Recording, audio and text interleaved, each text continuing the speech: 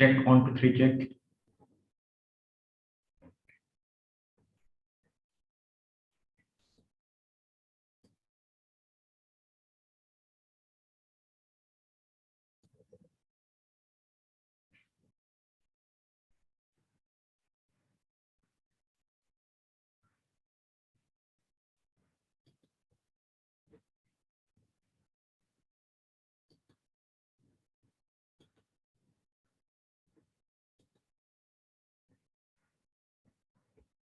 Hopefully আপনারা আমাকে শুনতে পারতেছেন, এবং হচ্ছে যে আমি স্ক্রিন শেয়ার করছি, স্ক্রিনের স্লাইড গুলো দেখতে পারতেছেন। যদি আপনারা একটু রেসপন্স করেন, এটা আমার জি জন্য ভাই, ভালো হবে। আচ্ছা, থ্যাংক ইউ।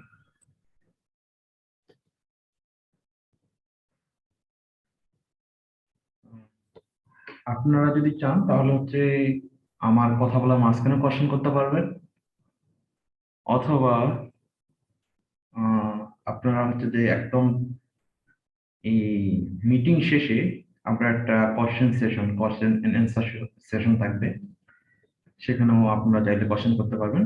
আমি ট্রাই করব আমি যতটুকু জানি তার মধ্যে অ্যান্সার দেওয়ার। আর আমি যেগুলো জানবো না বা যেগুলো জানি না সেগুলোর জন্য অবশ্যই সময় নিয়ে আহ, আপনার নাম অথবা মেল তো আমার কাছে আছে, আপনি জাস্ট নামটা বললেই হবে, আমি আপনাকে মেইল করব, অথবা আদার্স কোনো ওয়েতে যদি কন্ট্যাক্ট করা যায় সেভাবে আমি অ্যান্সার দেওয়ার ট্রাই করব। তো আমরা আজকে শুরু করি। যে আমাদের আজকের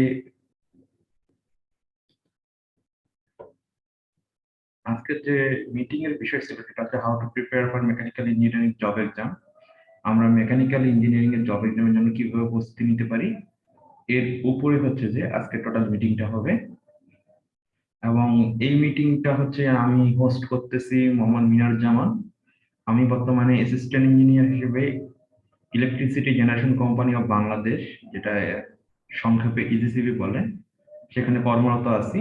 আমি 2021 সালে মার্চ মাসে ইজিসিবি তে জয়েন করছি।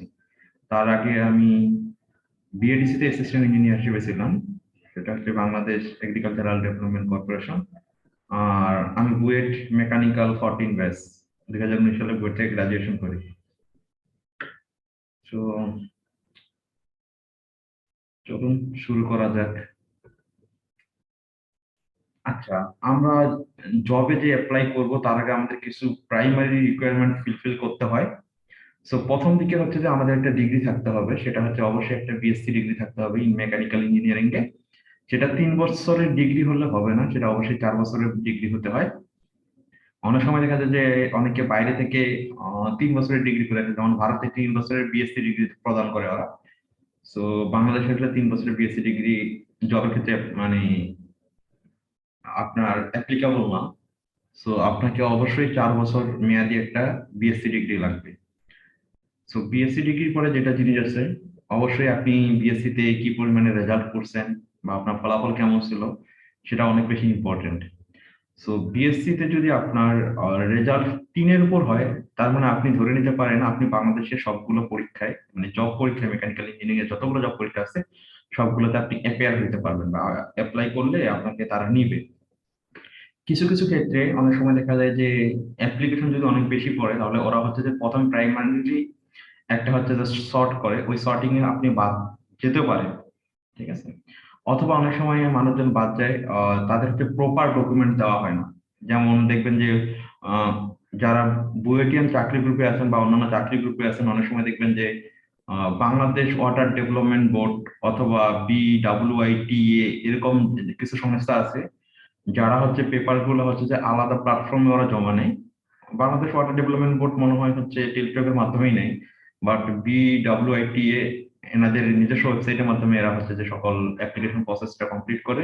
সো এখানে যদি আপনার অ্যাপ্লিকেশন প্রসেসের মধ্যে কোনো কিছু ইনকমপ্লিট থাকে, দেন তারা হচ্ছে কিন্তু আপনাকে হচ্ছে যে ফার্স্ট যে অ্যাপ্লিকেশন করার পরে ফার্স্ট একটা হচ্ছে যে আপনাকে পরীক্ষায় অ্যাপিয়ার বা রিটেন এক্সামে অ্যাপিয়ার করার জন্য যে সুযোগটা দিবে, সেই সুযোগটা কিন্তু আপনাকে দিবে না।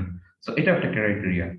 এরপর হচ্ছে এজ লিমিট থাকে। আপনি হচ্ছে যদি অ্যাসিস্ট্যান্ট ইঞ্জিনিয়ার পদে যদি অ্যাপ্লাই করতে যান, তাহলে আপনার এজ লিমিট 30-এর থেকে কম হতে হবে। অনেক সময় হচ্ছে যে করোনার কারণে এটা শিথিল ছিল, বাট সামনে শিথিল থাকবে কিনা জানি না, তবে এজ লিমিট 30-এর মধ্যে হতে হয়। মুক্তিযোদ্ধা যারা সন্তান আছে বা নাতি নাতনি আছেন তাদের ক্ষেত্রে হচ্ছে এজ লিমিটটা হচ্ছে 32। এরপরে হচ্ছে যে স্পেশাল ক্রাইটেরিয়া, কিছু কিছু কোম্পানি থেকে যারা রিক্রুট করার সময় বলে দেয় যে আপনার একটা বিশেষ স্কিল থাকতে হবে, যেমন হচ্ছে যে অনেকে ক্যাট অনেক ভালো পারে। আহ, এখন যদি ইনভলভ হচ্ছে বুয়েটের একটা ডিজাইনিং ফার্ম। সো ওনারা যখন রিকোয়ারমেন্ট করে ওনারা তখন বলেই দেয় যে এখানে যে কেউ যদি মানে অ্যাপ্লাই করে তার অবশ্যই হচ্ছে যেন সলিড ওয়ার্কসে ভালো দক্ষতা থাকে। তো এরকম হচ্ছে কিছু কিছু চাকরিতে আপনারা দেখবেন যে ওরা স্পেশাল ক্রাইটেরিয়া দিয়ে দেয়। এবং আদার্স কিছু জিনিসপত্র থাকে, যেমন হচ্ছে যে আপনার রিসেন্টলি কোনো মামলা চলতেছে কিনা আপনার নামে, এটাও অনেক বেশি ইম্প্যাক্ট করে। ঠিক আছে, ধরেন আপনার চাকরি হয়ে গেছে কিন্তু ক্লিয়ারেন্সের ক্ষেত্রে এই ঝামেলাটা হবে। তো প্রাইমারি রিকোয়ারমেন্টের ক্ষেত্রে এই জিনিসটা অনেক বেশি ইম্পর্টেন্ট। অনেকে হচ্ছে যে এপিআর দেখেন, মানে হচ্ছে যে আপনার 4th ইয়ারের পরীক্ষা হয়ে গেছে, আপনি হচ্ছে যে চাকরিতে অ্যাপ্লাই করছেন 4 ইয়ার 4-1 পর্যন্ত, মানে 4th ইয়ার ফার্স্ট সেমিস্টারের পর্যন্ত আপনার যত রেজাল্ট ছিল সেটা দিয়ে আপনি চাকরিতে অ্যাপ্লাই করে ফেলছেন। আপনি হচ্ছে যে রিটেনে টিকে গেছেন এবং ভাইবা বোর্ডে গেছেন। বাট ভাইবা বোর্ডে যখন গেছেন তখন হচ্ছে যে আপনার রেজাল্ট যদি কম বেশি হয় তাহলে তারা হচ্ছে যে আপনাকে তো অবশ্যই বের করে দিবে। যদি আপনার রেজাল্ট ধরেন আপনার 3.5, আপনার 4-1 পর্যন্ত 3.5 ছিল এবং আপনি গ্রাজুয়েশনের পরও 3.5-এ আছেন, সো রেজাল্টে কোনো চেঞ্জ হয়নি, কিন্তু আপনার যে সার্টিফিকেট আছে সেই সার্টিফিকেট একটা ডেট দেওয়া থাকে, সেই ডেটটা যদি তাদের যে জব সার্কুলারের ডেটের থেকে যদি অনেক পিছনে মানে অনেক পরে হয় তাহলে কিন্তু হচ্ছে যে আপনাকে হচ্ছে যে ভাইবা থেকে বের করে দেওয়া হবে। সো এই জিনিসগুলো মাথার মধ্যে রাখবেন। এই ক্রাইটেরিয়া গুলো যদি আপনি ফুলফিল করতে পারেন তাহলে তখন আপনি একটা জবের জন্য অ্যাপ্লাই করতে পারবেন। সো এখন আমি জবের জন্য যে অ্যাপ্লাই করবো আসলে জব ফিল্ড গুলো কি এটা নিয়ে আগে আলোচনা করি। তো জব সেক্টর গুলো আছে বাংলাদেশে মেকানিক্যাল ইঞ্জিনিয়ারদের জন্য যে জব সেক্টর গুলো আছে তা আমি 5টা ক্যাটাগরিতে ভাগ করছি। তো প্রথম ক্যাটাগরিতে যদি বলি, যেখানে আমি নিজে জব করি এর জন্য এটা প্রথম ক্যাটাগরিতে রাখা হয়েছে। সো এটা হচ্ছে পাওয়ার সেক্টর। পাওয়ার সেক্টরের মধ্যে আবার কিন্তু 3টা ক্যাটাগরি আছে। তো পাওয়ার সেক্টরের মধ্যে হচ্ছে জেনারেশন আছে, যেমন electricity generation company of Bangladesh, আমি যেটাতে জব করতেছি। এছাড়া হচ্ছে যে কিন্তু আর 5টা জেনারেশন কোম্পানি আছে। আশুগঞ্জ আছে জেনারেশন কোম্পানি, তারপরে হচ্ছে এনডব্লিউপিজিসিএল আছে। সো এরকম বিআর জেন আছে। এভাবে যদি আপনারা চিন্তা করেন আরো প্রায় 5টার মতো হচ্ছে যে পাওয়ার জেনারেশন কোম্পানি আছে। এরপরে যদি আমি আসি পাওয়ার ট্রান্সমিশন, যে পাওয়ারটা জেনারেট করতেছে সেটা ট্রান্সমিট করার জন্য পাওয়ার গ্রিড কোম্পানিও বাংলাদেশ আছে। সো জেনারেশন কোম্পানি গুলোতে হচ্ছে যে আপনার স্যালারির কথা যদি বলতে হয়, জেনারেশন কোম্পানি গুলোতে স্যালারি, যেগুলো সরকারি স্বায়ত্তশাসিত কোম্পানি সেগুলোতে জেনারেশনের স্যালারিটা হচ্ছে অ্যারাউন্ড 1 লাখের কাছাকাছি। কিছু কিছু কোম্পানি যারা ঢাকার কাছাকাছি আছে তাদের হচ্ছে যে 1 লাখের বেশি পরে, যদি তারা হচ্ছে যে শিফটে জব করে। শিফটিং ডিউটিটা হচ্ছে যে আপনার একদিন সকালে করতে পারে, একদিন বিকেলে করতে পারে, একদিন রাত্রে করতে পারে। সো শিফট এবং অপারেশন যদি হয় তাহলে আপনার হচ্ছে অ্যারাউন্ড স্যালারিটা হচ্ছে যে 1 লাখের উপর চলে যায়। আর power grid company of Bangladesh, এটা হচ্ছে পিজিসিবি তে স্যালারিটা হচ্ছে অলমোস্ট 85 এর মতো আসে। এরপরে হচ্ছে ডিস্ট্রিবিউশন, ডিপিডিসি আছে, ডেসকো আছে, এরা ডিস্ট্রিবিউশন। উত্তরবঙ্গে আছে ন্যাসকো। সো এই ডিস্ট্রিবিউশন কোম্পানিগুলোতেও কিন্তু হচ্ছে আপনার টোটাল যে গ্রস যে স্যালারিটা আছে সেই স্যালারিটা হচ্ছে অ্যারাউন্ড 80 থেকে 85 এর মধ্যে পড়ে। সো এইটা হচ্ছে যে গ্রস স্যালারি। এখন যদি আমি বলি যে বেসিক যদি কথা বলা হয়, অলমোস্ট সবগুলার বেসিক হচ্ছে 50 থেকে 52 কে আর কি। এটা হচ্ছে পাওয়ার সেক্টরের ওভারঅল স্যালারি। এবং পাওয়ার সেক্টরের 3টা যে ভাগ আছে এই 3টা। সো ডিটেলস এগুলা নিয়ে আমরা পরে আর কোনো একটা মিটিং আলোচনা করব। সেকেন্ড যেটা হচ্ছে সেটা হচ্ছে গ্যাস কোম্পানি। গ্যাস কোম্পানিগুলোর মধ্যে কিন্তু আবার 3টা জিনিস আছে। একটা হচ্ছে যে পেট্রো বাংলা, এরা হচ্ছে যে গ্যাসকে হচ্ছে উত্তোলন করে এবং গ্যাস যে যতগুলো কোম্পানি আছে সবগুলো মনিটর করে এরা। ঠিক আছে। তো এই পেট্রো বাংলার অধীনস্থ অনেকগুলো কোম্পানি আছে, যেমন হচ্ছে তিতাস একটা কোম্পানি। তিতাস হচ্ছে ট্রান্সমিশন এবং ডিস্ট্রিবিউশনে কাজ করে। ট্রান্সমিশনে আরেকটা কোম্পানি আছে, সেটা ডেডিকেটেড ট্রান্সমিশন, সেটা হচ্ছে জিটিসিএল। ঠিক আছে। এরপর আরেকটা কোম্পানি আছে ডিস্ট্রিবিউশন, তারা শুধু ডিস্ট্রিবিউট করে গ্যাসটাকে, মানে গ্রাহক এন্ডে পৌঁছায়, সেটা হচ্ছে সুন্দরবন গ্যাস কোম্পানি লিমিটেড। এই যে পেট্রো বাংলা যতগুলো কোম্পানি আছে সবগুলোর বেসিক এখনো হচ্ছে যে আগের মধ্যেই আছে। 9th গ্রেডে যে বেসিকটা সরকারি স্কুলে 22,000 টাকা, আপনি যদি ইঞ্জিনিয়ার হিসেবে ঢুকেন তাহলে আপনি দুইটা ইনক্রিমেন্ট পাবেন 24,100 টাকা। তো সবকিছু মিলে যদি আপনি ঢাকার বাইরে বা শহরের বাইরে যদি থাকেন তাহলে আপনার 35,000-এর মতো পড়বে। কিন্তু আপনি যদি হচ্ছে শহরের মধ্যে থাকেন তাহলে আপনার অ্যারাউন্ড 40,000-এর মতো পড়বে। তবে এই কোম্পানিগুলোর মধ্যে গুলোতে এখন প্রফিটের পরিমাণটা একটু বেশি, অনেক সময় দেখা যায় 3 লাখ 4 লাখ 5 লাখ টাকা প্রফিট পাওয়া যায় ইয়ারলি, ইয়ার শেষে আর কি। আর রিসেন্টলি হচ্ছে যে নতুন একটা উদ্যোগ নেওয়া হচ্ছে যে গ্যাস কোম্পানি গুলো যেহেতু হচ্ছে পাওয়ার এবং মিনারেল গ্যাস, এরা যেহেতু একই মিনিস্ট্রি আন্ডারে, সো এই সবগুলা হচ্ছে যে বেতন স্কেলটা সেম করা ট্রাই করা হইতেছে। সো এই যদি বেতন স্কেলটা সেম হয়ে যায় তখন হচ্ছে যে গ্যাস কোম্পানিগুলো যে বেতন স্কেলটা হবে সেটা হচ্ছে 52,000 বেসিক। এরপরে যদি আসলে কিছু কর্পোরেশন টাইপের হচ্ছে আহ কোম্পানি আছে যারা হচ্ছে যে দেশ যখন স্বাধীন হয় তখন হচ্ছে দেশের স্বার্থে কাজ করার জন্য কিছু কর্পোরেশন গড়ে গড়ে উঠছিল। তাদের মধ্যে যদি উল্লেখযোগ্য দেখেন, বাংলাদেশ কৃষি উন্নয়ন বোর্ড, কৃষি উন্নয়ন কর্পোরেশন যেটা আছে বিএডিসি, ঠিক আছে, বাংলাদেশ এগ্রিকালচারাল ডেভেলপমেন্ট কর্পোরেশন। আরেকটা হচ্ছে বাংলাদেশ কেমিক্যাল ইন্ডাস্ট্রিজ কর্পোরেশন। এরকম আরো কিছু কর্পোরেশন থাকতে পারে। এই কর্পোরেশনের আপনার বেতন স্কেলটা একদম সরকারি স্কেলের মতোই। এখানে একটা সমস্যা হচ্ছে আপনি পেনশন পাবেন না। মানে যখন আপনার হচ্ছে জব ছেড়ে দিবেন তখন আপনি পেনশন পাবেন না, পেনশনের পরিবর্তে গ্র্যাচুইটি পাবেন। উপরে 1 2 3 এই তিনটা ক্ষেত্রে কিন্তু সেম অবস্থা, আপনার হচ্ছে পেনশন দিবে না। সো 4 নম্বরে যদি যাই, 4 নম্বরে একদম পিওর গভর্নমেন্ট যে জবগুলো আছে সেই জবগুলোর মধ্যে তো বিসিএস এ কিছু মেকানিক্যাল ইঞ্জিনিয়ারিং এর পোস্ট থাকে। যেমনটা হচ্ছে রেলের কিছু পোস্ট আছে। তারপরে পিডব্লিউডি তে মাঝে মধ্যে কিছু দেওয়া হয়, রোডস এর মাঝে মধ্যে কিছু দেওয়া হয়, বয়লার ইন্সপেক্টর, এগুলোর ক্ষেত্রে হচ্ছে যে মেকানিক্যাল কিছু পোস্ট থাকে। তো এটা হচ্ছে গভর্নমেন্টাল জবে মেকানিক্যালের পিএসসি তে যে পোস্ট গুলো আছে, ঠিক আছে, বিপিএসসি আর কি। আর এর বাইরে কিছু জব হচ্ছে যেমন হচ্ছে যে পাওয়ার সেক্টরের মধ্যে পিডিবি আছে, BPDB, Bangladesh power development board. এটাও কিন্তু হচ্ছে যে একদম ফুল গভর্নমেন্ট। এখানে বেতন স্কেলটা হচ্ছে সরকারি বেতন স্কেল 24,100 টাকা দিয়ে একটা ইঞ্জিনিয়ার ঢুকে, তার মানে অলমোস্ট হচ্ছে 35 থেকে 40,000 টাকা পায়।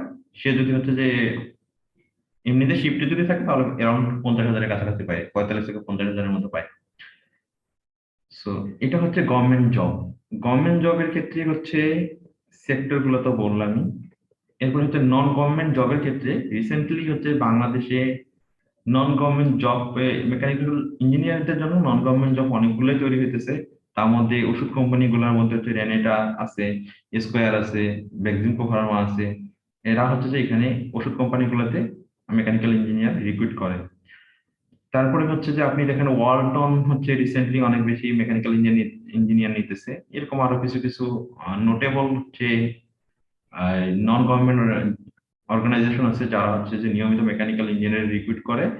নন গভর্নমেন্ট জব সার্কুলার গুলো আপনারা হচ্ছে যে আহ, এই জব সার্কুলার গুলো আপনারা হচ্ছে বিডি জবসে পাবেন। বিডি জবসে যারা হচ্ছে ফোর্থ ইয়ারে আছেন আর অথবা যারা হচ্ছে পাস করে গেছেন তারা অবশ্যই বিডি জবসে একটা অ্যাকাউন্ট খুলে রাখেন। তো সেখান থেকে আপনারা নিয়মিত অ্যাপ্লাই করবেন। তারপরে হয়তো বা দেখবেন যে আপনি 100টা অ্যাপ্লাই করছেন, আপনার একটা বা দুইটা তিনটা সিভি দেখা হয়েছে, তার মধ্যে আপনাকে ধরেন একটা আবার 100টা অ্যাপ্লাই করলে হয়তো 2 3টা দাগ পড়ে আর কি, ভাইবা দিতে পারবেন। তার মধ্যে দেখা যায় যেটাতে জব হয় আর কি। জব তো আসলে একটা দরকার, অ্যাপ্লাই করতে থাকা দরকার আর কি। যত বেশি আপনি অ্যাপ্লাই করবেন তত বেশি আপনার জব পাওয়ার প্রবাবিলিটিটা বাড়বে। তো এটা গেলো হচ্ছে যে বর্তমানে জব সেক্টর বাংলাদেশে। এরপর যদি আমি বলি যে জব সেক্টর তো আপনি এখন বুঝলেন, জব সেক্টরে যাওয়ার জন্য আপনার হচ্ছে যে কিছু প্রসিডিউর আছে। যদি আপনি নন গভর্নমেন্ট জব সেক্টরে যান তাহলে আপনি জাস্ট ভাইবার উপর দিয়ে চলে যাবেন, আপনার একটা ভাইবার নেয়, আপনার সেই ভাইবার উপর তারা জাজ করে আপনাকে রিক্রুট করবে যে আপনাকে তাদের কোম্পানিতে নেওয়া যাবে কিনা। কিছু কিছু হচ্ছে নন গভর্নমেন্ট প্রতিষ্ঠান যারা হচ্ছে যে আপনার রিটেন এক্সাম নেয়। এর মধ্যে হচ্ছে রেনেটাতে আমাদের যারা ফ্রেন্ড আছে বা নতুন যারা রিক্রুট করছে ওরা সবগুলো হচ্ছে আপনার হচ্ছে যে জব এক্সাম রিটেন এক্সাম দেওয়ার পরে তারা ভাইবা নেয়, ভাইবার পরে হচ্ছে যে রিক্রুট করে। সো একদিন ক্ষেত্র সেম, ওষুধ কোম্পানিগুলো অলমোস্ট মনে হয় সেম। তো এখানে আপনাকে হচ্ছে যে রিটেন এক্সাম দিতে হবে, প্লাস হচ্ছে যে ভাইবা দিয়ে তারপর পাস করতে হবে। তো যদি হচ্ছে আপনি সরকারি কিংবা সরকারি স্বায়ত্তশাসিত যেই প্রতিষ্ঠানগুলো আছে সেগুলোতে যদি আপনি অ্যাপ্লাই করেন, তাহলে আপনাকে প্রথমে রিটেন এক্সাম দিতে হবে, তারপরে আপনাকে ভাইবা দিতে হবে। তো রিটেন এক্সামের ক্ষেত্রে হচ্ছে যে কোশ্চেন প্যাটার্নটা যদি আমরা দেখি, তো কোশ্চেন প্যাটার্নটা হচ্ছে যে টোটাল কোশ্চেনটাকে আমরা দুইটা পার্ট হিসেবে ভাগ করতে পারি। একটা হচ্ছে ডিপার্টমেন্টাল পার্ট বলতে পারি, আরেকটা হচ্ছে নন ডিপার্টমেন্টাল পার্ট। সো ডিপার্টমেন্টাল পার্টের কথা যদি আপনি চিন্তা করেন, ডিপার্টমেন্টালে অলমোস্ট 40 থেকে 60% মার্ক ক্যারি করে। ধরেন আপনার যদি কোশ্চেনটা 100 মার্কের হয়, তাহলে 40 মার্ক শুধুমাত্র ডিপার্টমেন্টাল থাকতে পারে, অথবা 60 মার্ক ডিপার্টমেন্টাল থাকতে পারে। আর রেস্ট যে পোর্শনটুকু আছে 60 বা 40%, সেই পোর্শনটুকু কিন্তু নন ডিপার্টমেন্টাল। সো আপনি যদি দেশে যদি জব করতে চান, তাহলে আপনাকে ডিপার্টমেন্টালের সাথে নন ডিপার্টমেন্টালটাকেও ওই সেম ভাবে ফোকাস করে পড়তে হবে। যারা ফোর্থ ইয়ার শেষের দিকে আছেন, অথবা যারা হচ্ছে যে রিসেন্টলি পাস করে গেছেন, তারা যদি দেশে অ্যাকচুয়ালি জব করতে চান, তারা হচ্ছে যে নন ডিপার্টমেন্টাল পার্ট গুলা পড়া শুরু করবেন। সো নন ডিপার্টমেন্টাল কি কি পড়তে হবে সেটা আমরা এই ভিডিওর একদম শেষের দিকে বলবো, বা এই ক্লাসের শেষের দিকে বলবো। তার আগে হচ্ছে যে ডিপার্টমেন্টাল কি কি জিনিস আমাদের পড়তে হবে সেই জিনিসগুলো আমরা বলি। সো ডিপার্টমেন্টাল পার্টে আমাদের কিছু সাবজেক্ট আছে, সাবজেক্টগুলো আমি একবারে দেখাচ্ছি। এখানে দেখেন কয়েকটা সাবজেক্ট আছে। প্রথম সাবজেক্টটা হচ্ছে থার্মোডাইনামিক্স। থার্মোডাইনামিক্স থেকে কোশ্চেন অনেক বেশি আসে। তারপরে হচ্ছে সলিড মেকানিক্স, তারপরে refrigeration, power plant, heat transfer, fluid, মম মেকানিক্স, মেকানিক্যাল ড্রয়িং। এগুলোর বাইরেও কিন্তু আরো অনেকগুলো সাবজেক্ট আছে, যেমন আমি আইসি ইঞ্জিন লিখি না এখানে, তারপরে আইপি লিখি নাই। আসলে অনেকগুলো সাবজেক্ট আছে, যে সাবজেক্ট গুলো থেকে হচ্ছে ডিপার্টমেন্টাল কোশ্চেন গুলো আসে। আপনি 4 বছর যা পড়ে আসছেন সেগুলো থেকে আপনার ডিপার্টমেন্টাল কোশ্চেন গুলো হবে। সো বেসিক্যালি হচ্ছে যে অনেক সময় দেখা যায় যে আপনি যেই সাবজেক্ট গুলা এমএ দিয়ে শুরু হয় বুয়েটে, সেই সাবজেক্ট গুলো থেকে কোশ্চেন করে যদি বুয়েট পরীক্ষা নেন। কিন্তু আপনি বুয়েটের বাইরে যদি পরীক্ষা দেন, যখন ব্যাংকে আপনি পরীক্ষা দিবেন, ব্যাংকের কোশ্চেন গুলো ম্যাক্সিমাম বুয়েটের বাইরে করা হয়। অস্ট করে, অথবা হচ্ছে রুয়েট করে, কুয়েট করে, এনারা তখন হচ্ছে যে আপনাকে আইপির কিছু জিনিসপত্র দিয়ে দেয় কোশ্চেনের মধ্যে। সো এইখানে কোশ্চেনটা হচ্ছে যে এই ডিপার্টমেন্টাল পার্টে কোশ্চেনটা দুই রকম হতে পারে। একটা হচ্ছে যে ফুল ম্যাথ হতে পারে আপনার, অথবা ম্যাথ এবং প্লাস রিটেন পার্ট থাকতে পারে। তো রিটেন পার্ট বলতে আমি এখানে বুঝাচ্ছি যে ধরেন আপনাকে কোনো কিছু ডেফিনেশন চাইলো, অথবা বললো যে কেন এইটা হচ্ছে কেন এটা হচ্ছে না, অথবা আপনার একটা কম্পারিজন চাইলো, এই জিনিসগুলো চাইতে পারে। সো অথবা আপনাকে শুধু ফুললি 8টা বা 5টা ম্যাথ দিয়ে দিতে পারে। যেমন বুয়েটের ক্ষেত্রে হচ্ছে যে 4টা, যদি আপনার টোটাল যদি 8টা কোশ্চেন করে, তাহলে দেখা যায় যে 7টা ম্যাথ দিয়ে দেয়, একটা মেকানিক্যাল ড্রয়িং দিয়ে দেয়। কিন্তু অনেক সময় দেখা যায় যে বুয়েটের ক্ষেত্রেও এমনটা হয়েছে যে আপনার হচ্ছে টোটাল যদি 10টা কোশ্চেন করে, তাহলে দেখা যাচ্ছে 5টা কোশ্চেন হচ্ছে ম্যাথ দিয়েছে, 2-3টা কোশ্চেনে আপনাকে গ্রাফ আঁকতে দিয়েছে, আর 2-3টা কোশ্চেনে আপনাকে অনেক কিছু ডিফারেন্সিয়েট করতে বলছে, যে এটা কম্পারিজন দেখাও, এটা কি হবে, অথবা এই জিনিসটা কেন হয়। মানে ডেসক্রিপটিভ টাইপের যে কোশ্চেন আছে সেই কোশ্চেন গুলা দেওয়া হয়েছে, এবং শেষের দিকে একটা কোশ্চেন হিসেবে মেকানিক্যাল ড্রয়িং এর একটা পার্ট দিয়ে দেওয়া হয়েছে। সো এইটা হচ্ছে আপনার ডিপার্টমেন্টাল পার্ট। ঠিক আছে, ডিপার্টমেন্টাল পার্টই হচ্ছে যে, আর এই এই পার্ট গুলোতে যদি আপনি ভালো হতে চান, অবশ্যই কিন্তু আপনাকে রিসেন্টলি যে কোশ্চেন ব্যাংক আছে সেই কোশ্চেন ব্যাংক গুলো একটু ফলো করতে হবে, দেখতে হবে আসলে রিসেন্টলি কি টাইপের কোশ্চেন আসতেছে। সো কিভাবে ভালো করাতে এটা আমরা নেক্সট স্লাইডে দেখবো। সো এখন আসি যে নন ডিপার্টমেন্টাল পার্টে আসলে আমরা কিভাবে ভালো করব। So, এই জিনিসটা হচ্ছে যদি আপনি বুয়েটে যদি এক্সাম দেন, অবশ্যই বুয়েটের টিচারের ক্লাস লেকচার পড়ে যাবেন। কারণ হচ্ছে বুয়েটে আগের মতো এখন এক্সাম হয় না। যারা হচ্ছে রিসেন্টলি পরীক্ষা দিয়েছে গত 1-2 বছরে, তাদেরকে একটু জিজ্ঞেস করলে বুঝতে পারবেন যে আপনার পরীক্ষায় যে কোশ্চেন গুলো আসতেছে সেই কোশ্চেন গুলো তো থাকতেছেই, তার সাথে দেখা যাচ্ছে 2টা বা 1টা কোশ্চেন হচ্ছে যে একটু চেঞ্জ করে দিতেছে, যেটা হচ্ছে যে স্যারদের লেকচার স্লাইডে আছে। কিন্তু অ্যাকচুয়ালি এটা বাজারে যে 2টা বই আছে, ধরেন ইমরান ভাইয়ের বই অথবা বাপ্পি ভাইয়ের বই, এই বইগুলোতে কিন্তু নাই। সো আপনি একদম শর্টকাটে, এখন জব পাওয়াটা একটু টাফ হয়েছে, আপনাকে ডিটেলস পড়তে হবে। তো ডিটেলস পড়তে গেলে আপনাদের টিচার, যে বইটা যারা টিচার আছেন, ওনাদের লেকচার শিটে যে শর্ট কোশ্চেন হয় এবং শর্ট যে ম্যাথ গুলো হয়, সেই ম্যাথ গুলো স্লাইড থেকে আপনাকে করে নিতে হবে। এরপরে হচ্ছে যে আপনি লাস্ট 3 বছরের হচ্ছে যে জবের কোশ্চেন দেখবেন, তাহলে আপনি বুঝতে পারবেন যে জবের কোশ্চেন গুলো কিভাবে ভ্যারি করতেছে, কোন টাইপের কোশ্চেন বারবার আসতেছে, এই জিনিসগুলো আপনি বুঝতে পারবেন। যেমন হচ্ছে ধরেন হিট ট্রান্সফারের একটা ম্যাথ সবসময় প্রায় আসে। সেই ম্যাথটা হচ্ছে আপনার একটা বস্তু, একটা হচ্ছে যে ধরেন ওয়াল আছে, ওয়ালের এক সাইড থেকে আরেক সাইডে টেম্পারেচার দেওয়া আছে, ওয়ালের হচ্ছে যে কে দেওয়া আছে, মানে কন্ডাক্টিভিটি দেওয়া আছে, আদার্স যে প্যারামিটার এগুলো দেওয়া আছে, বলছে যে এর ভিতর দিয়ে কি পরিমাণে হিট হচ্ছে যে আপনার পাস করবে। তো এই টাইপের কোশ্চেনটা একদম কমন আর কি। সো আর আরেকটা যদি দেখেন আপনি, সলিড মেকানিক্সে যদি একটা কোশ্চেন দেখেন, সেটা কোশ্চেন হচ্ছে যে আপনার SFD, share force diagram, bending moment diagram, এই দুইটা জিনিস কিন্তু আঁকতে বলে। এটা একটা কমন কোশ্চেন। সো আপনি যখন দেখবেন যে লাস্ট 3 ইয়ারের কোশ্চেন দেখবেন, তখন আপনি যদি লাস্ট 3 ইয়ারের কোশ্চেন যদি পড়ে যান, ভালো করে পড়েন, তাহলে আপনি হচ্ছে যে পরীক্ষায় অ্যাটলিস্ট 50 থেকে 60% কমন পাবেন। এতটুকু শিওর থাকতে পারেন আপনি যে পরীক্ষায় 50 থেকে 60% কোশ্চেন হচ্ছে যে লাস্ট ইয়ারের কোশ্চেন থেকেই আসবে। ঠিক আছে, এটা কিন্তু ডিপার্টমেন্টাল পার্টের কথা বলতেছি। এরপরে হচ্ছে যে আপনার যে ইম্পর্টেন্ট টপিক গুলো আপনার কাছে মনে হচ্ছে ইম্পর্টেন্ট, যে স্যারের যে বললাম যে প্রথম দিকে যে শর্ট কোশ্চেন বা ম্যাথ, এগুলো হচ্ছে যে আপনি একটা নোট খাতা করবেন, নিজের নোট খাতা নিজেই পড়বেন। দেখা যায় যে অনেক সময় কি আপনি যদি অন্যের নোট খাতা নেন বুঝতে পারবেন না।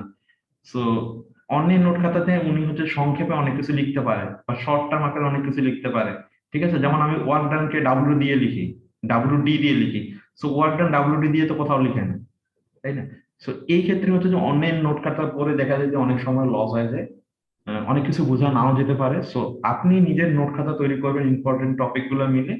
এই নোট খাতাগুলো যদি আপনি তৈরি করতে পারেন, এতে 2 থেকে 3 মাস, ইভেন 3 থেকে 4 মাস সময় লাগবে, বাট এইটার যে একটা উপকার, সেটা আপনি হচ্ছে যে আপনার পরবর্তী যতগুলো এক্সাম আছে সবগুলো এক্সামে আপনি পাবেন। কারণ হচ্ছে যে আপনার তখন এক্সামের প্রিপারেশন হওয়ার জন্য জাস্ট নোট খাতাটা খুব ভালো করে পড়লেই হবে, তার সাথে কিছু আনুষঙ্গিক জিনিস দেখতে হবে। সো আপনি চাইলে 3 থেকে 4 5 দিনের মধ্যে আপনি নোট খাতা প্লাস আদার জিনিস দেখে আপনি একটা এক্সামের জন্য প্রিপেয়ার হতে পারবেন।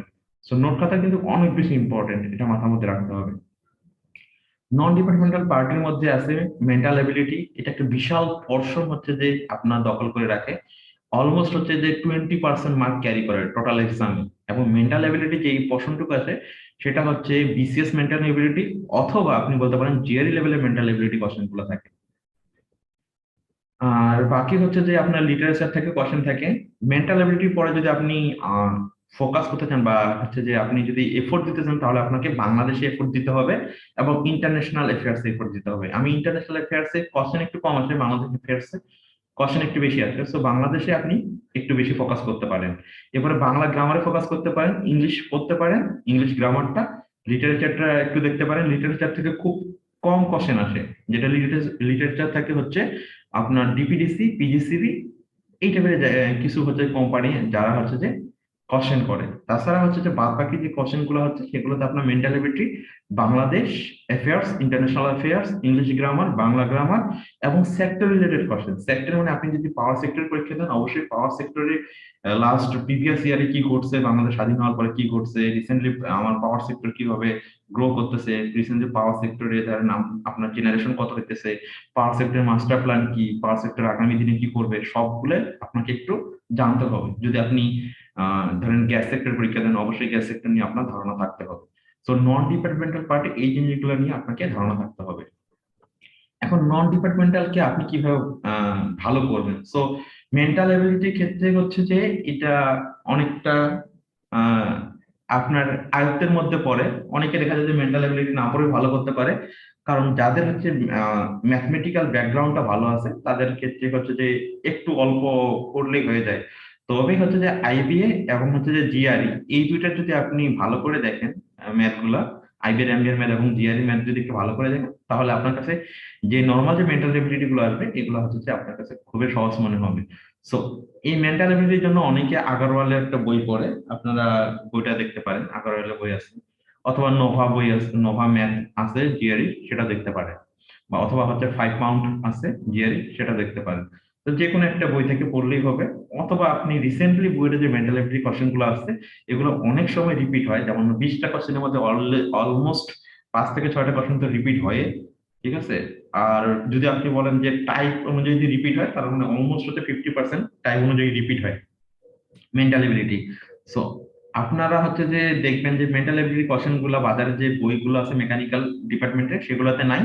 আপনাদের যদি হচ্ছে ট্রিপলি কোনো ফ্রেন্ড থেকে থাকে, তাহলে ট্রিপলি যে বইগুলো আছে মানে ইলেকট্রিক্যালের যারা জব প্রিপারেশন নিতেছে, তাদের যে যে মার্কেটে জব প্রিপারেশনের যে বইগুলো আছে, সেই বইগুলোর পিছনে কিন্তু মেন্টাল এবিলিটি পার্টগুলো দেওয়া থাকে, যেহেতু ট্রিপলি এবং মেকানিক্যাল দুইটারই হচ্ছে মেন্টাল এবিলিটি কোশ্চেন সেমই আসে বুয়েটের এক্সামে।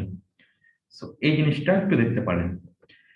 এরপরে যদি আপনি বাংলাদেশ করতে চান তাহলে সব থেকে ভালো উপায়টা হচ্ছে যে আপনি যদি কম সময়ে বেশি মার্ক পেতে চান তাহলে বিসিএস এর জাস্ট কোশ্চেন ব্যাংকটা পড়বেন, অথবা বিসিএস এর একটা যে কোনো গাইড বুক পড়বেন। আমার ক্ষেত্রে আমি পার্সোনালি আসলে বইয়ের নাম তো বলা ঠিক না, তো বলি আমি MT3 কিছু পড়ছিলাম, তার সাথে হচ্ছে আমি জুবাইর জিকে নামে একটা বই আছে সেই বইটা পড়ছিলাম।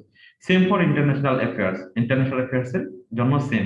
তবে হচ্ছে বাংলাদেশ এবং ইন্টারন্যাশনাল অ্যাফেয়ার্স এর জন্য আমি আরেকটা কাজ করছিলাম। বাজারে আপনারা দেখবেন যে মোবাইল অ্যাপ আছে অনেকগুলো, আমি বিসিএস প্রিপারেশন প্লাস এই নামে একটা মোবাইল অ্যাপ ইউজ করতাম। সো এটা আমার জন্য আর কি কাজে দিচ্ছিল, যেমন দেখা যাচ্ছে রাস্তার মধ্যে যাচ্ছি তখন আমি আর কি বের করে পরীক্ষা দিলাম বা দেখলাম পড়লাম। তো এটা আমার জন্য কাজে দিয়েছিল বাংলাদেশ এবং ইন্টারন্যাশনাল অ্যাফেয়ার্স এর জন্য মোবাইল অ্যাপ। বাংলা গ্রামের জন্য অ্যাজ ইউজুয়াল 9-10 যে বাংলা সেকেন্ড পার্ট বইটা আছে, যারা আমরা এ লেভেলে আছি তারা অলরেডি এই বইটা পড়ে আসছি, এই বইটা আসলে তেমন কোনো চেঞ্জ হয় না। এটা হচ্ছে মুনির স্যারের বই আর কি, ঠিক আছে, মুনির চৌধুরী স্যারের বই আর কি। তো এই বইটা হচ্ছে যে নর্মালি দেখতে পারেন, এই বইটা থেকে মোটামুটি কোশ্চেন আসে। এছাড়া বিসিএস এর কোশ্চেন দেখতে পারেন। ইংলিশ গ্রামারের জন্য স্পেশাল বই হিসেবে আপনারা যদি ক্লিস স্টুকেলটা পড়েন তাহলে আপনার জন্য হচ্ছে, যদি বাইরে যেতে চান কখনো তখনও কাজে দিবে, এবং হচ্ছে যে এখানে আপনি গ্রামারাটিক্যাল কোনো এরর বা মিস্টেক হবে না, ঠিক আছে। সেক্টর রিলেটেড তো অলরেডি বললাম যে আপনি রিলেভেন্ট যে ওয়েবসাইট গুলো আছে সেই ওয়েবসাইট গুলো থেকে আপনি পাবেন। যেমন আপনি যদি পাওয়ার সেক্টরে দেন তাহলে বাংলাদেশ পাওয়ার ডেভেলপমেন্ট বোর্ডের ওয়েবসাইট আছে, তারপরে পাওয়ার সেলের ওয়েবসাইট আছে, তারপরে হচ্ছে আপনি ধরেন আপনি পিডিবিতে, সরি ধরেন আপনি হচ্ছে যে ডিপিডিসি তে পরীক্ষা দিতেছেন, ডিপিডিসি নিজস্ব ওয়েবসাইট আছে, সেই ওয়েবসাইট গুলো থেকে আপনি সেক্টর রিলেটেড যে কোশ্চেন গুলো আছে সেই কোশ্চেন গুলো আপনি সলভ করবেন। এরপরে আসি আপনি ভাইভাতে এখন, সরি আপনি রিটেনে এখন পার হয়ে গেলেন, এরপর আপনি ভাইভা দিবেন। তো অনেকের ক্ষেত্রে একটা মিসকনসেপশন যেটা আছে যে ভাইভাতে মার্কটা এমন তেমন ক্যারি করে না, আপনি যদি রিটেনে খুব ভালো করেন তাহলে হচ্ছে যে ভাইভাতে আপনার এমনি এমনি হয়ে যাবে। তো আসলে এটা একটা মিসকনসেপশন, ভাইভাতে আসলে ভালো করতে হয়, ভাইভাতে যদি আপনার ভাইভা ভালো না হয় তাহলে জব পাবেন না। আমার নিজের পার্সোনাল অভিজ্ঞতা থেকে বলি, আমি বিএপিএসএল এ 3 অথবা 4 বা 5 নম্বরে ভাইভা দিয়েছিলাম। সো বাট আমার বিএপিএসএল এ হয়নি কারণ আমার ভাইভা খুবই খারাপ হয়েছিল। সো এটা হচ্ছে যে আমার নিজের পার্সোনাল অভিজ্ঞতা। আর এখানে যেহেতু একটা কম্পিটিশন, সে ধরেন আপনার হচ্ছে যে 80% যদি হচ্ছে রিটেনে যদি ইফেক্ট করে, 20% ভাইভাতে ইফেক্ট করবে। তো এখন 20% যখন ইফেক্ট করবে তখন আপনি ধরেন আহ, আপনার ফ্রেন্ড যখন 20-তে 20 পাইলো, বাট আপনি 20-তে হচ্ছে যে ধরেন 15 পাইলেন বা 14 পাইলেন, সো তার সাথে আপনার গ্যাপ হচ্ছে 6 মার্ক। তো 6 মার্কে গ্যাপ নিয়ে আপনি হচ্ছে যে জব পাবেন, মানে এত বেশি আশা করাটা আসলে ভুল। কারণ মেকানিক্যাল ইঞ্জিনিয়ারদের জব মার্কেট অনেক কম, দেখা যাচ্ছে হচ্ছে পাওয়ার সেক্টরে 4 জন 5 জন 10 জন করে নেয়। তো কিছু কিছু কোম্পানি যেমন পিডিবি এবার প্রায় হচ্ছে যে মেকানিক্যালে প্রায় 50 জনের মতো দিচ্ছে। সো এটা একটা বড় রিক্রুটমেন্ট। তাছাড়া হচ্ছে নর্মালি 10 জন, 10 জন হাইয়েস্ট নেই, 10 জন 12 জন নেই কোম্পানিগুলো, যেগুলো হচ্ছে আপনার স্বায়ত্তশাসিত যে কোম্পানিগুলো আছে সেগুলো, সরকারি স্বায়ত্তশাসিত কোম্পানি যেগুলো আছে সেগুলো হচ্ছে প্রায় 10 জন সর্বোচ্চ নেই। সো আপনি 10 জনের মধ্যে থাকবেন, বাট হচ্ছে যে শুধুমাত্র ভাইভাতে হচ্ছে 6 মাস গ্যাপ নিয়ে 10 জনের মধ্যে টিকে থাকাটা আসলে একটু টাফ হয়। এই কারণে হচ্ছে আমি আমি যেটা ফেস করছি সেটার উপর ডিপেন্ড করে আমি ভাইভাতে একটা বই লিখছি যেটা আগে ছিল না। আমার কাছে মনে হয়েছে যারা সামনে আসবে তাদের জন্য হচ্ছে ভাইভাতে কাজে লাগবে। অলরেডি হচ্ছে অনেকে রিভিউ দিছে যে না তাদের কাজে লাগছে আর কি। সো এটা হচ্ছে আমার বই, বইটা আপনারা কল্পবিটিতে পেতে পারেন। নিজের বই নিয়ে বেশি কথা না বলে ভালো। এখন আসি how to make the whole process easy. যেহেতু হচ্ছে জবের জন্য প্রিপারেশন নেওয়াটা অনেক দীর্ঘ সময়ের বিষয়। ধরেন আপনি বের হইলেন, বের হওয়ার পরে আপনি অ্যাপ্লাই করবেন। তো বের হওয়ার পরে সাথে সাথে যে আপনি অ্যাপ্লাই করতে পারবেন না এমনটা না, অ্যাটলিস্ট 2-3 মাস ওয়েট করতে হয়। তারপরে একটা সার্কুলার আসলে আপনি সার্কুলার অ্যাপ্লাই করলেন, অ্যাপ্লাইটা ধরেন 1 মাস ধরে চলে। তো আগের আপনার 2 মাস, পরে 1 মাস, টোটাল 3 মাস। এরপরে হচ্ছে যে এই অ্যাপ্লাইটা শেষ হওয়ার পরে তারা পরীক্ষা নিতে দিতে 6 থেকে 7 মাস লাগায় ফেলে। তো ধরেন অ্যাটলিস্ট হচ্ছে 6 মাস, অনেক হলে 6 মাস লাগায়, তাহলে 6 মাস আর 3 মাস হচ্ছে 9 মাস। আপনি হচ্ছে যে রিটার্ন দিয়ে দিলেন, রিটার্নের পরে আপনার অ্যাটলিস্ট 2 থেকে 3 মাস, 4 মাসের মতো ওয়েট করতে হয় আপনার ভাইবা হতে। তাহলে ধরেন এখানে 4 মাস, 4 আর হচ্ছে যে 9, 1 বছর 1 মাস চলে গেল, মানে 13 মাস চলে গেল। এরপরে ভাইবা রেজাল্ট দিয়ে রিক্রুটমেন্ট হইতে আরো মনে করেন 2-3 মাস, অ্যাটলিস্ট হচ্ছে যে আপনার 1 থেকে 1.5 বছর হচ্ছে যে আপনাকে ওয়েট করতে হবে। সো 1 থেকে 1.5 বছর হচ্ছে যে এই সেম একটা লেন্দি প্রসেসের পিছনে লেগে থাকাটা একটু টাফ। এই জন্য হচ্ছে যে আপনি টোটাল যে প্রসেসটা আছে, হার্ডেল গুলাকে একটু সহজ করার জন্য আপনারা দেখতে পারেন। সো একটা গ্রুপ বানাইতে পারেন, 3-4 জন ক্লোজ ফ্রেন্ড মিলে একটা গ্রুপ করতে পারেন, বলতে পারেন যে কেমন পড়ালেখা চলতেছে, পড়ালেখার আপডেট নিজেদের মধ্যে রাখতে পারেন। সো এক্ষেত্রে যে জিনিসটা হয়, আমি পার্সোনালি যেটা ফিল করছিলাম, যে 3-4 জনের সাথে যদি কথা হয়, ধরেন আমি আজকে পড়ি নাই, আমার এক ফ্রেন্ডের সাথে কথা হয়েছে, সে আজকে কি পড়ছে, সে বললো যে এই টপিকটা পড়ছে, তো তখন আমার কাছে মনে হচ্ছে সে তো আজকে পড়ছে, আমার পড়া দরকার। অথবা আমি একটা জিনিস বুঝলাম না, তার কাছে ইজিলি বললাম হ্যাঁ এই জিনিসটা বুঝিনি, সে আমাকে বললো যে হ্যাঁ এই জিনিসটা এইভাবে এভাবে হবে। অথবা ধরেন আমি একটা নতুন জিনিস পাইছি, তাকে যা বললাম যে এই জিনিসটা আমি নতুন পাইছি, বা সে একটা নতুন জিনিস পাইছে যেটা ইম্পর্টেন্ট তার কাছে মনে হয়েছে, সেটা আমার সাথে শেয়ার করছে। এবং শেষে দেখা যায় যে কি এইসব জিনিসই আসলে আসে, যে দেখা যায় যে এই জিনিসটা হচ্ছে যে আসার কথা না, বাট চলে আসে আর কি। দেখা যায় যে আমরা, আমাদের কাছে মনে হচ্ছে এটা ইম্পর্টেন্ট, স্যারের লেকচার থেকে পেয়েছি, বাট আদার্স কোনো বইয়ে নাই, তো এই জিনিসটা আসতে পারে। আমরা ডিসকাস করলাম, পরে দেখা যায় যে এই জিনিসগুলো আসলে পরীক্ষার মধ্যে আসে, এবং এটা কিন্তু মনেও থাকে। তো আপনারা হচ্ছে যে একটা 2-3-4 জনের গ্রুপ মিলে গ্রুপ করতে পারেন। অনেকে আবার হচ্ছে গ্রুপ মিলে পড়া মানে একসাথে গ্রুপ করে পড়া বলতেছি না, জাস্ট হচ্ছে যে আপনাদের মধ্যে একটা কন্টাক্ট থাকবে যে হ্যাঁ আপনারা এইভাবে প্রিপারেশন নিতেছেন। এরপর একটা হচ্ছে যে টোটাল যে জার্নিটা আছে এটাকে হচ্ছে যে স্মল টিপসে ভাগ করে নেন। ধরেন আপনার হচ্ছে যে প্রথম দিকে সবার ক্ষেত্রে যেটা হয়, প্রথম দিকে অনেক সময় দেখা যায় যে জব পরীক্ষায় টিকে না, দেখা যায় যে একটু সময়টা বেশি লাগে, ধরেন 1.5 বছর লেগে যায় বা 1 বছরে লাগলো। এখন এই যে টোটাল যে জার্নিটা আছে অনেক বড় জার্নি। এখন অনেকের ক্ষেত্রে যে সমস্যাটা হয়, যে আমি টানা হচ্ছে যে 7 দিন পুরা হচ্ছে যে 20 ঘন্টা করে পড়বো, ঠিক আছে, দেখা যায় যে 5-7 দিন খুব দম থাকে, এরপরে আসলে দম থাকে না। So, এটা একটা কন্টিনিউয়াস প্রসেস। আপনি ঠিক মতো ঘুমাবেন, ঠিক মতো খাবেন, সবকিছু ঠিক মতো করবেন, তার সাথে অনিভারেজ হচ্ছে যে পড়াটাকে ধরেন 5-6 ঘন্টা নিয়মিত করবেন। এবং হচ্ছে যে দেখেন আপনার যে টোটাল যে জার্নিটা আছে, ধরেন আপনার হচ্ছে যে থার্মোডাইনামিক্সে কি কি টপিকস পড়তে হবে, এটা আপনি হচ্ছে যে প্রথম দিকে বের করে ফেলবেন যে এই টপিকস গুলো পড়তে হবে, টপিকস গুলো লিস্ট করবেন, আগামী 3 মাসে এই থার্মোডাইনামিক্স এর এই টপিকস গুলো পড়বেন, ঠিক আছে। তার সাথে আপনি হচ্ছে যে সলিড মেকানিক্স এর এই টপিকস গুলো পড়তে পারেন। অথবা আপনি হচ্ছে যে হিট ট্রান্সফারের এই টপিকস গুলো পড়তে পারেন, হিট ট্রান্সফারের এই চ্যাপ্টারটা পড়তে পারেন। অথবা আপনি এখন এই বইটা পড়তেছেন হিট ট্রান্সফারের জন্য, সামনের দিকে হচ্ছে যে স্যারের লেকচার দেখবেন, এইটা স্যারের লেকচার দেখবেন হিট ট্রান্সফারের জন্য, ঠিক আছে।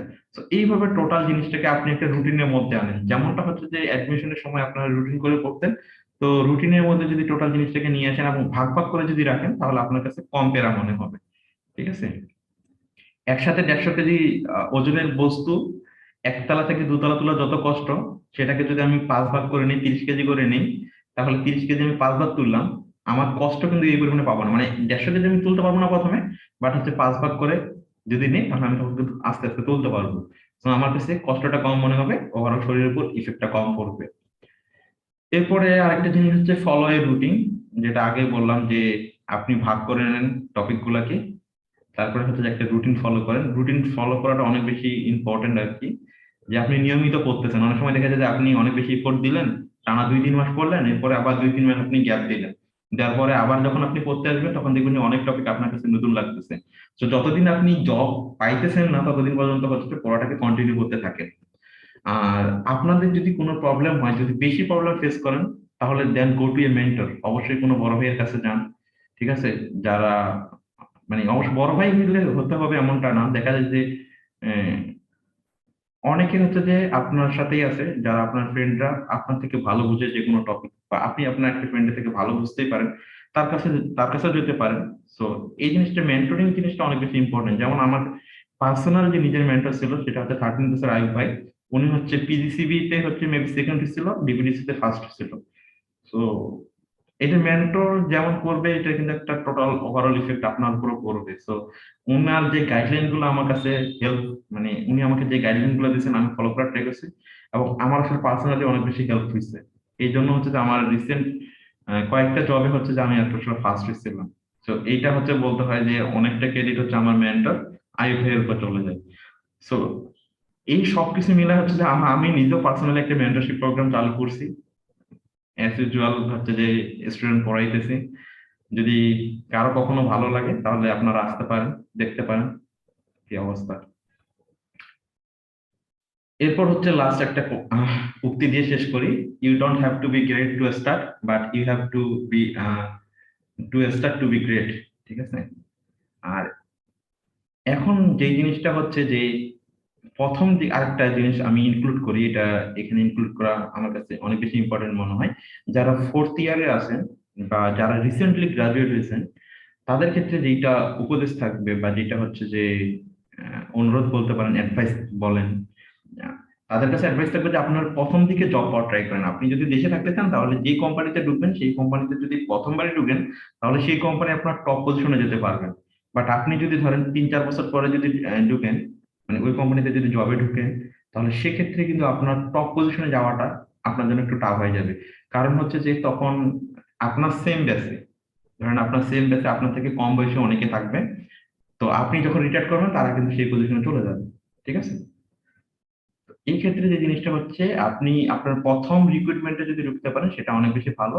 এই জন্য হচ্ছে যারা ফোর্থ ইয়ারে আছেন তারা এখন থেকেই হচ্ছে যদি দেশে থাকার ইচ্ছে থাকে তাহলে আপনারা অল্প অল্প করে পড়া শুরু করে দিন। তো আপনাদের যদি কারো কোনো রকমের কোশ্চেন থাকে তাহলে আপনারা হচ্ছে যে আনমিউট করে কোশ্চেন করতে পারেন।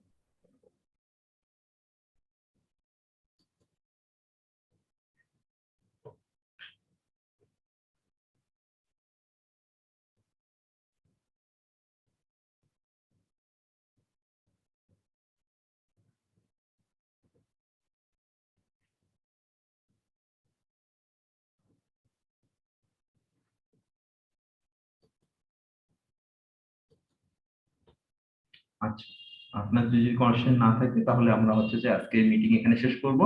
আর এরপরে যদি আপনাদের কোনো প্রকার কোশ্চেন থাকে তাহলে তো আমাদের যে গ্রুপে আছে, mechanical engineering job help desk মনে হয় নামে, সেই গ্রুপে আপনারা জাস্ট পোস্ট করতে পারেন। আমি ট্রাই করবো সবসময় অ্যান্সার দেওয়ার জন্য। ঠিক আছে? আর চাইলে আপনারা পার্সোনালি আমার সাথে মেসেঞ্জারে কন্ট্যাক্ট করতে পারেন, মানে ফেসবুকে, অথবা আপনাদের কাছে আমার অলরেডি মেইল আছে, আপনারা চাইলে আমাকে মেইলে কন্ট্যাক্ট করতে পারেন। তো ভালো থাকবেন, সুস্থ থাকবেন। যদি কারো কোনো কোশ্চেন থাকে করতে করতে পারেন।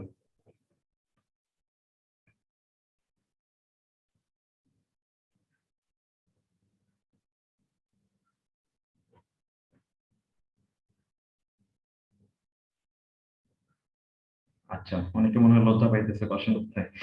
আচ্ছা ঠিক আছে, তাহলে হচ্ছে যে আপনারা যদি কারো কোনো প্রকার কোশ্চেন থাকে তাহলে তো বললাম আমার সাথে যে কোনো ভাবে রিচ করতে পারেন। ঠিক আছে? তো ভালো থাকবেন, সুস্থ থাকবেন। আর হচ্ছে আমরা অলমোস্ট হচ্ছে উইকলি, মান্থলি একটা করে হচ্ছে যে ওয়েবিনার অথবা এরকম হচ্ছে যে মিটিং করব, যেখানে হচ্ছে যে আজকে তো আমি ছিলাম, এরপরে হয়তো বা দেখা যাবে যে যারা রিসেন্টলি আমাদের সাথে জবে ঢুকছে, আমার যারা ফ্রেন্ড আছে বা যারা সিনিয়র বড় ভাই আছে যারা জব সেক্টর অলরেডি আছে, তাদেরকে নিয়ে আসা ট্রাই করব। তাদের কাছ থেকে আপনারা তাদের বাস্তব অভিজ্ঞতা শুনবেন, জব সেক্টর কেমন যাচ্ছে অথবা তারা কিভাবে প্রিপারেশন নিচ্ছিল, তাদের ওভারঅল প্রিপারেশন জার্নিটা কেমন ছিল। ঠিক আছে? জবে তাদের ভাইবার এক্সপিরিয়েন্স গুলা কি। সো আশা করি আমরা হচ্ছে যে প্রতি মাসে অ্যাটলিস্ট একটা করে মিটিং করা ট্রাই করব। আপনাদের যদি উপকার হয় তাহলে আমাদের পাশে থাকবেন। ঠিক আছে? গ্রুপের মধ্যে মানুষজন অ্যাড করবেন, বেশি মানুষ হলে বেশি ভালো লাগে, এটাই। তো ঠিক আছে, যেহেতু আপনাদের কোনো কোশ্চেন নাই। ভাই, আসসালামু আলাইকুম ভাই। ওয়ালাইকুম আসসালাম। ভাই, মানে আমাদের যে এখানে ইঞ্জিনিয়ারিং টপিকের কথাগুলো বললেন, তো এগুলোতে কি জাস্ট বেসিক গুলা থাকে, না হলো ডিপ কোয়েশ্চেনও থাকে মাঝে মাঝে? আচ্ছা, এইখান থেকে হচ্ছে যে আপনাকে বেসিকও দিতে পারে অথবা ডিপ কোশ্চেনও দিতে পারে। তবে সব থেকে বড় যে জিনিসটা, কোশ্চেন করার সময় স্যাররা দেখেন যে আপনি কোশ্চেনটা 5 মিনিটের মধ্যে অ্যান্সার করতে পারবেন কিনা। মানে আপনাকে কখনো লেন্থি বা ডেরিভেশন টাইপের কোনো কিছু জিনিস দিবে না। অথবা ডেরিভেশন যদি দেয় তাহলে সেই ডেরিভেশনটা 5 মিনিটের মধ্যে সলভ করতে পারবেন এমনটাই দিবে। ঠিক আছে? মানে খুব বেশি বড় দিবে না যে আপনাকে হচ্ছে যে 4 পাতা 5 পাতা ড্রাইভ করতে হচ্ছে, এরকম কিছু দিবে না। ঠিক আছে? বা আপনাকে টার্ম ফাইনাল বা হচ্ছে সেমিস্টার ফাইনালের কোশ্চেন তুলে দিবে না। আচ্ছা, ধন্যবাদ ভাই। আর আরেকটা কোয়েশ্চেন হলো যে আমাদের সাথে কম্পিটিটর আর কে কে থাকবে?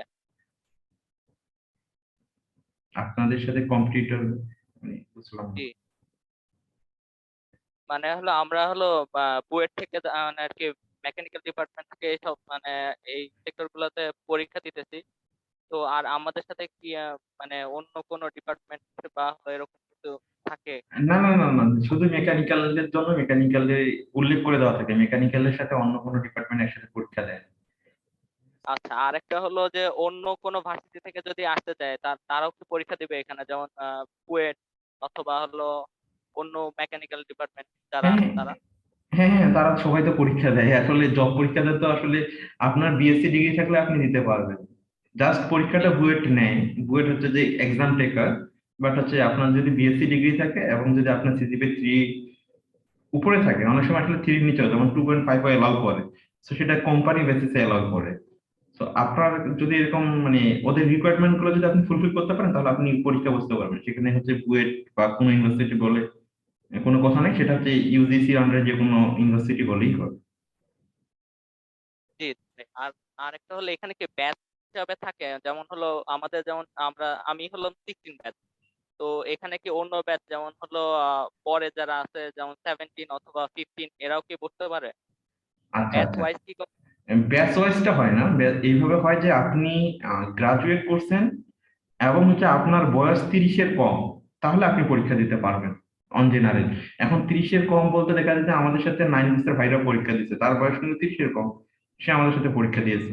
তো এক্ষেত্রে আসলে ব্যাচ ডিপেন্ড করে না, বিভিন্ন ব্যাচের মানুষজনে আপনি আপনার সাথে পাবেন।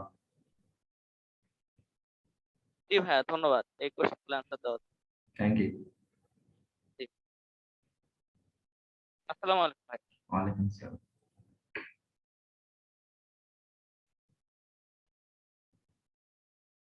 আর কারো কোনো কিছু কোশ্চেন থাকলে আপনারা করতে পারেন, না হলে আমরা মিটিংটা ক্লোজ করব।